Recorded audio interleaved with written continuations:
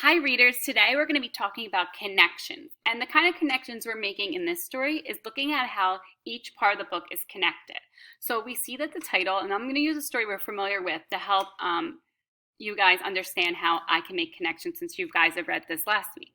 So Tucker Bean in the Kitchen is, and we know from the book cover before we even read, that Tucker Bean is a dog who cooks. And we're going to see later on in this book that at night when he's at the puppy inn, he goes into the kitchen and cooks treats for his friends.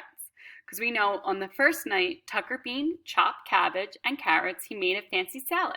Lucy helped. She liked extra shrimp. The next night, Tucker Bean made pizza. Nina helped. She liked a lot of cheese.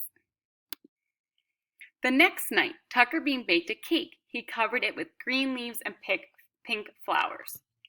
So as you can see, on all these pages, every night when everybody goes to sleep, Tucker Bean is cooking in the kitchen. So only people that know this are actually the characters that are dogs in this book, because the dogs go into the kitchen when the owner of the puppy inn is sleeping. So watch how I make a connection towards the end of the story and see how these pages are related. So here's Tucker Bean again, making taco shells. He added beans and hot peppers. Yo-Yo cooled her tongue with strawberry ice cream. So then, for each morning, Tucker Bean was too full to eat breakfast. Instead, he relaxed in the sun. So we know that every morning he doesn't eat breakfast, he eats all night. Because we saw this in the other 4 pages.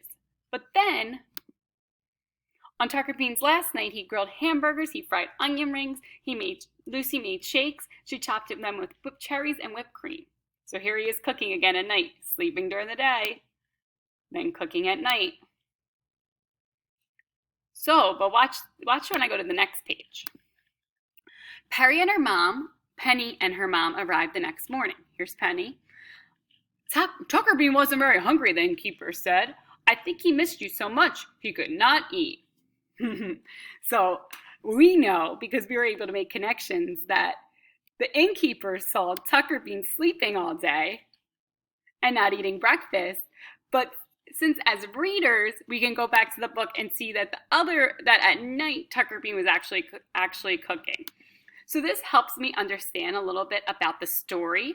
So Tucker Bean isn't a dog who cooks during the day when other humans are around. He's someone who comes out at night. And this helps me, these connections, by thinking about everything that happens on every page and connecting them to each other, helps me understand a little bit more about Tucker Bean. If you like this Tucker Bean book, be sure to check out other Tucker Bean books on Mayan so you can read more about Tucker Bean's adventures. All right, readers, you're going to get ready to look at another text we read last week, Too Shy for Show and Tell. And in this book, you're going to be doing the same thing Miss Giuliano just did. You're going to be looking at the parts of the book and connecting them to the title and to each other and seeing what new things you can discover from rereading that book. All right, readers, looking forward to seeing what you come up with. Before I left, I just wanted to show you really quickly the book you were going to be using. So it's this book, Too Shy for Show and Tell, and you'll see in your assignments that we've taken 2 pages out of this book, and we want you to connect them together and see how they're related. So it's going to help you understand stories better, especially when you're rereading them more than once.